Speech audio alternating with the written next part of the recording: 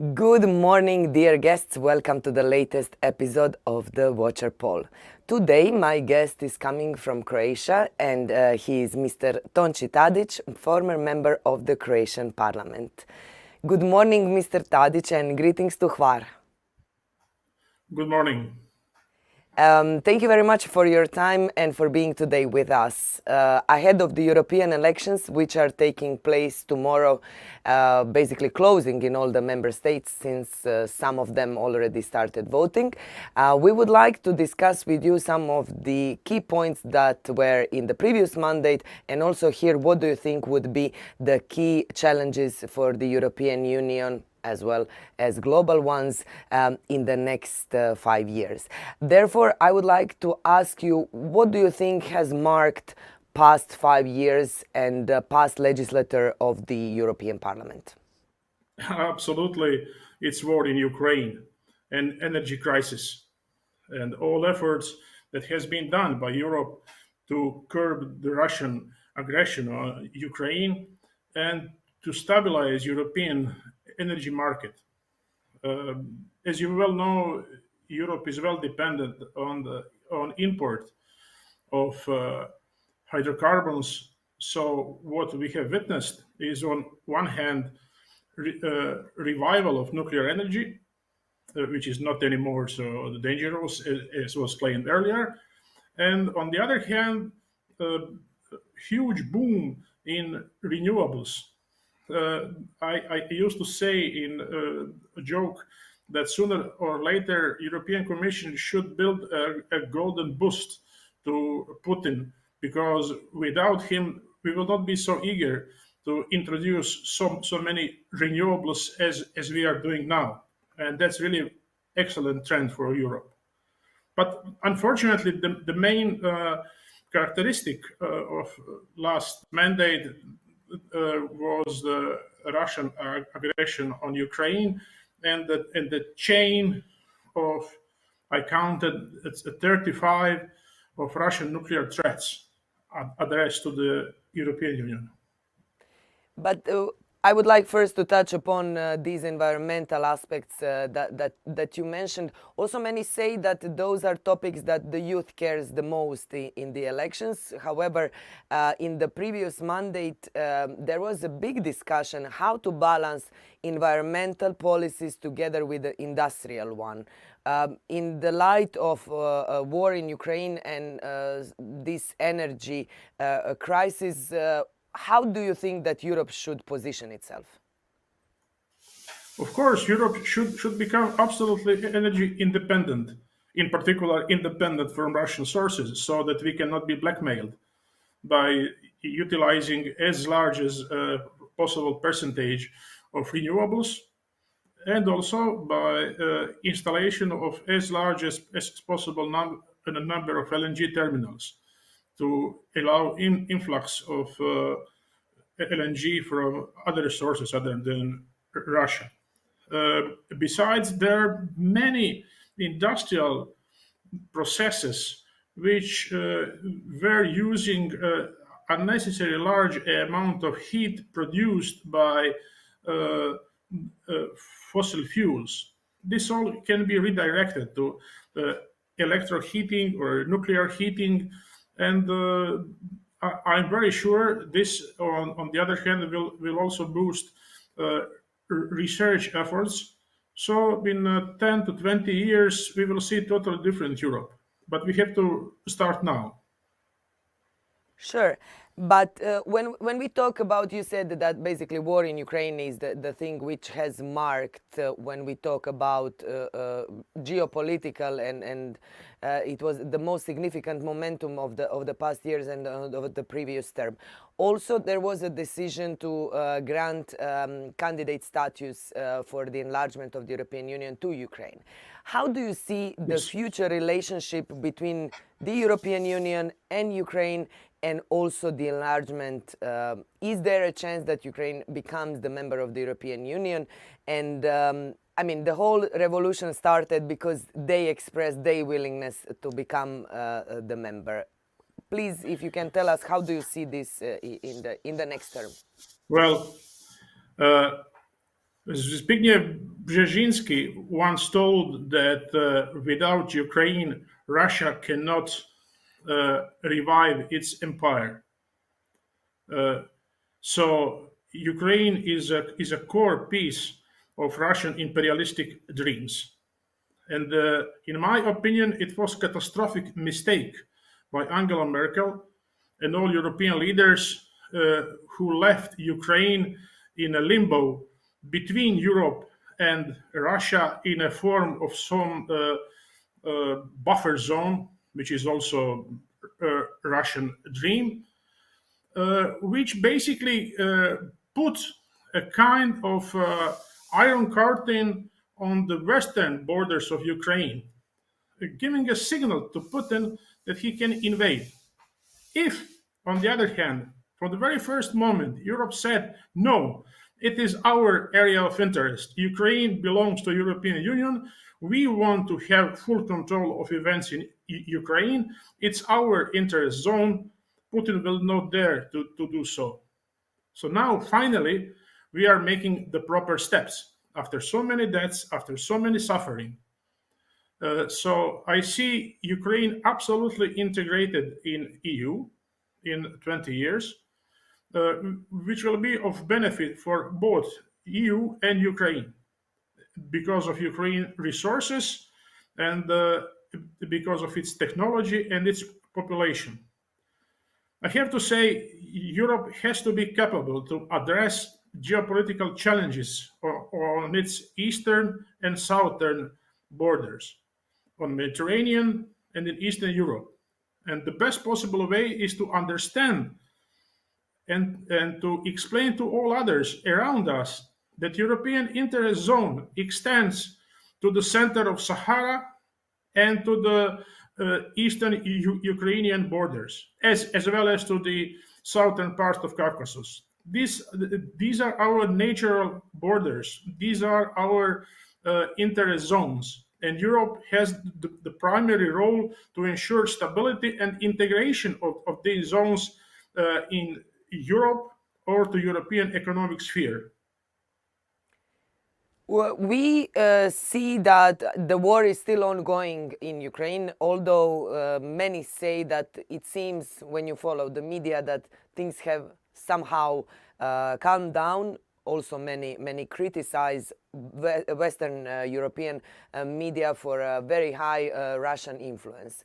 How do you see, and do you see in any near future, or what has to be done in order to secure peace and stop the war in Ukraine, and who is the power who can do that? First, we have to stop thinking about what Putin can do to us, and we have to begin finally thinking what we can do to Putin.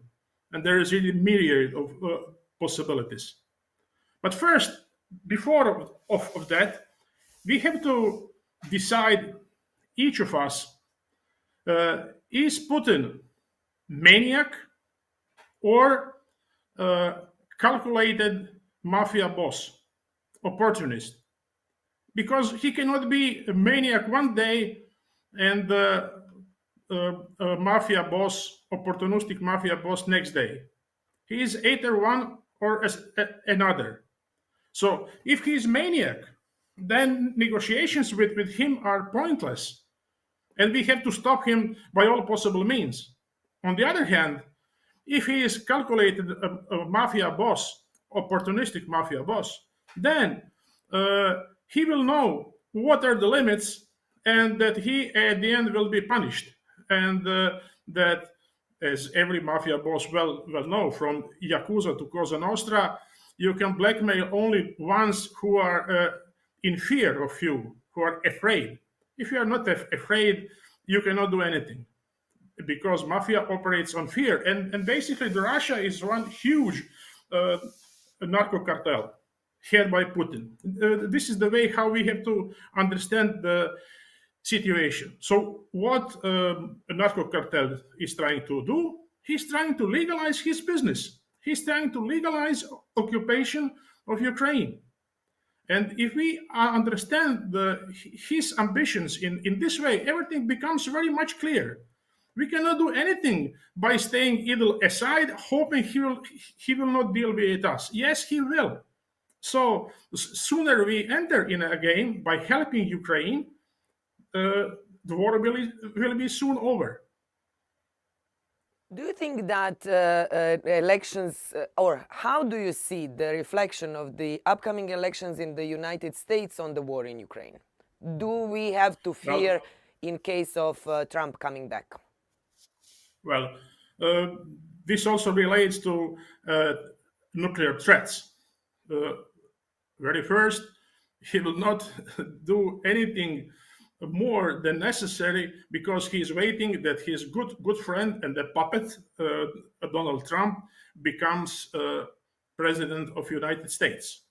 Then he will look what will happen next. I'm not so sure that Trump will be so hands free to do whatever he dreams, because for Trump, the only policy is Donald Trump, not USA or Russia or Ukraine, whatever. So if he finds this suitable for him and familia, Trump, I am sorry, but he's also operating on the mafia system. And that's the reason why he has such sympathy for Putin, uh, because mafia bosses understand very well each other. So if he is elected, Europe will finally understand that cannot rely on USA protection anymore. Uh, on the first hand, on possibility to exert larger pressure using American leverage, and on the other hand, by so-called nuclear umbrella. Still, there is two NATO members in Europe with nuclear arsenal. It's France and it's UK, although UK is out of EU.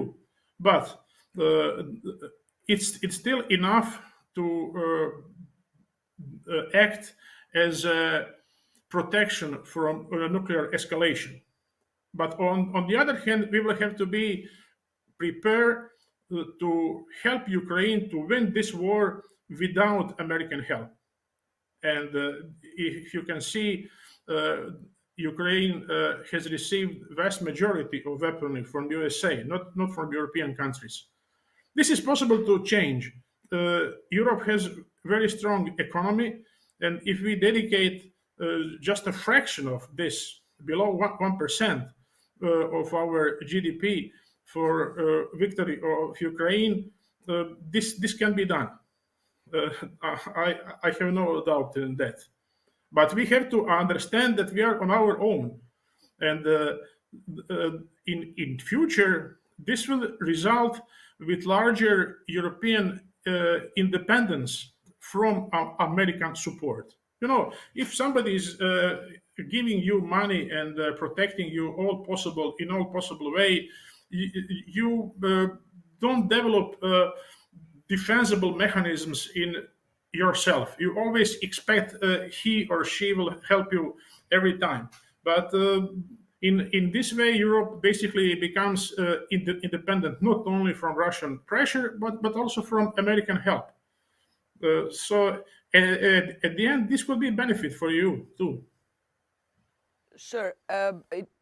In this same tone, do you think that the proposal which President von der Leyen has mentioned during her campaign running for the next mandate of the President of the European Commission about appointment of a new commissioner responsible for defense could help to, let's say this way, build up on the European own resources and independence from the United States, and how this can fit within the NATO?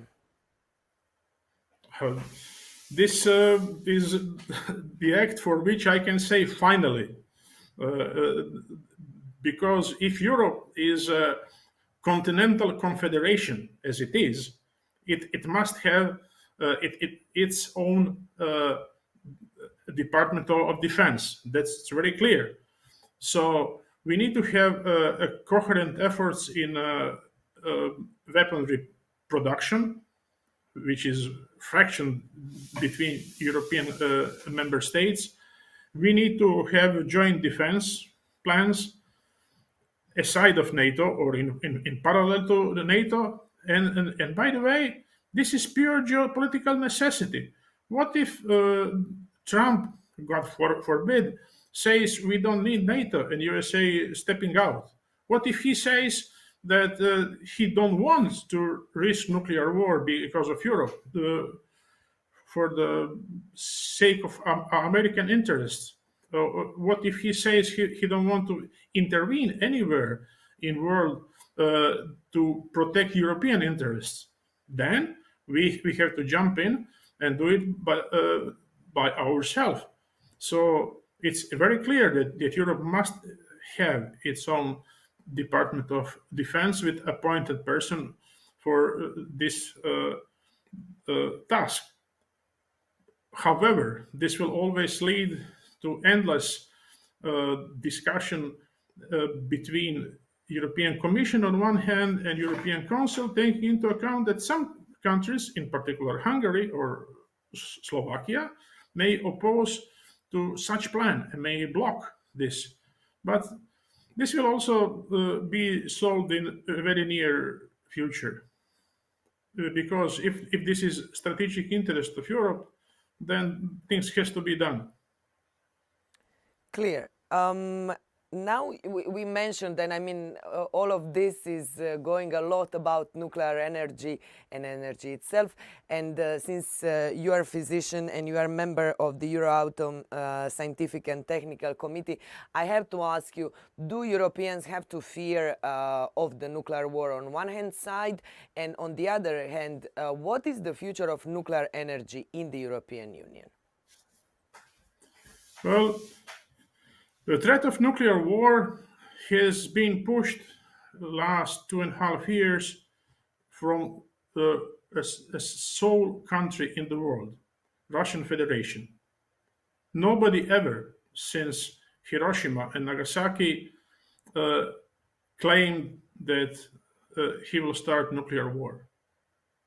We have 5 member states of Security Council of UN. None of them, except Russia, in the last 2.5 years, has claimed that they will start any moment a nuclear war. Such actions from permanent member of Security Council is deeply irresponsible and childish, because they very well know that nuclear war will not be started by launching 1 or 10 rockets with a nuclear warhead to Ukraine or to Europe without severe punishment for Russia. Starting of nuclear war as a problem-solving method in regional war is absolute nonsense. And that's the reason why Americans didn't use it neither in Korea nor in Vietnam. And that's the reason why USSR did not use it in Afghanistan. So they will not use it here either. If, however, they decide to do so, Russia will be faced with a horrible future, which I will not be so glad to explain in details here, but be sure that this ends with the exodus of biblical proportions from European part of Russia toward the wastelands of Siberia. This is how this ends for Russia. And this has to be said very clear. So the guys who wear Armani suits and Italian shoes and French ties enjoy in German and American cars, and who are Russian leading oligarchy, don't like to replace such life for a life in a bunker surrounded by radioactive wasteland. So be relaxed. This will not happen. But their problem is that they entered into war from which they have no exit out. But that's their mistake, not ours. Now, concerning the nuclear future of Europe, we have no other choices. By the end of century, if we want a benefit for our grandchildren and great grandchildren, we have to stop using fossil fuels on Earth. So Europe must pass entirely on renewables and nuclear sources. And this is a vision of me and my colleagues in Euratom STC. So we believe that Europe may change, may replace its own energy sources from current fossil fuel powered to completely energy mix of renewables and a generation for nuclear power plants and fusion power plants by the end of century, basically in second half of this century. This requires investment in research on one hand, and on the other hand, requires clever strategy for integration of European strong and experienced private sector into this huge energy swap to new generation of fission nuclear power plants and future fusion power plant. And one last question, since you mentioned at the beginning, and we talk now a lot about eastern borders of the European Union and relations with the US, we have to touch upon also Croatian neighborhood and the fact that Bosnia and Herzegovina got candidate status, and that we are basically on the way, seeing them on the way to the European Union. How do you see that? And also in the whole region of the Western Balkan, there are several countries, some of them already started negotiations, and since we started with the enlargement, to close it from the Croatian perspective and its neighborhood. What is the future?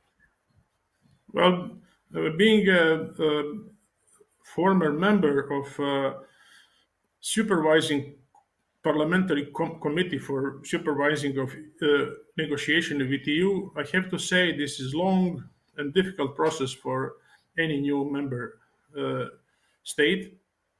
I strongly believe Bosnia has its capability to do so. If not, Croatia would be eager to help Bosnia as well as to help to Montenegro to pass all these difficult tests. But it's first their own responsibility. They have to understand that the negotiation process means changing and updating your own legal and regulation system to be tuned with European one. This requires a lot of dedication. Not just okay, will do so and then do nothing for a couple of years. If they want to be part of European family, they have to work diligently on this task, and this is possible.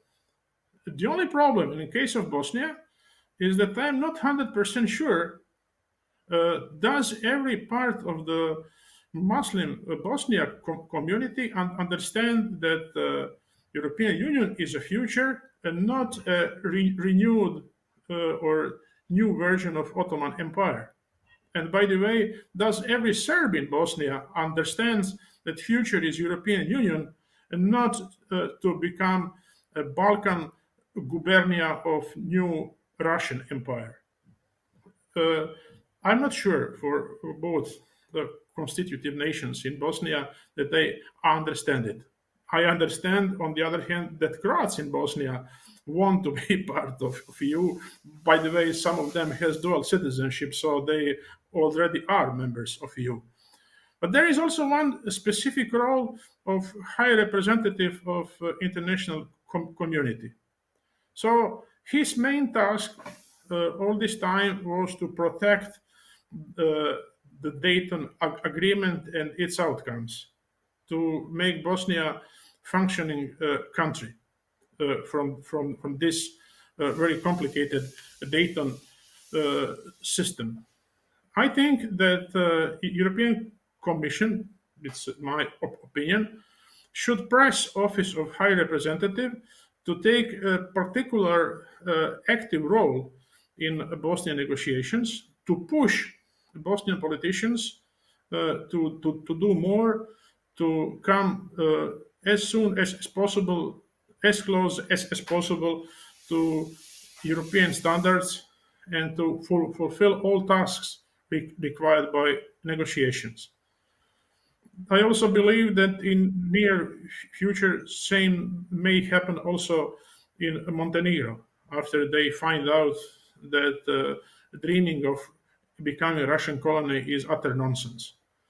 So, for Croatia, European integration of both these countries, Bosnia and Herzegovina on one hand and Montenegro on the other hand, will be of huge benefit because this will stabilize Croatian borders and help us in our uh, further economic development.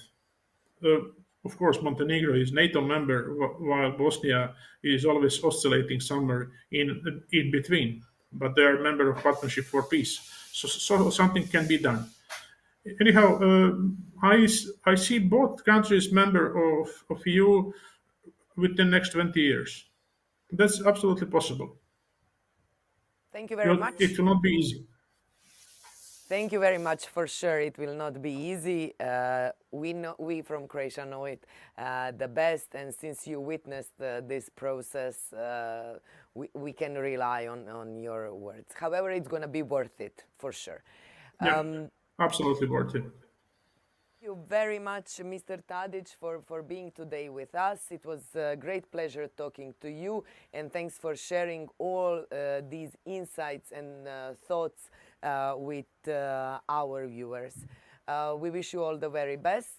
Enjoy Hvar, and we look forward to seeing you here in Brussels.